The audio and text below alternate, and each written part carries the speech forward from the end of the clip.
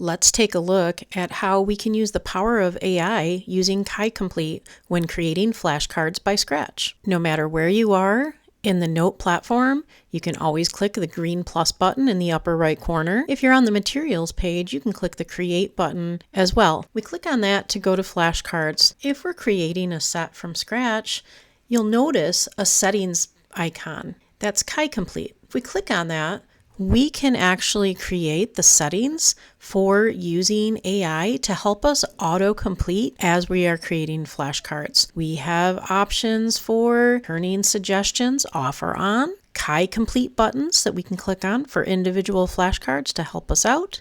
We can define the language that we are using for Complete, and we can also designate the grade level.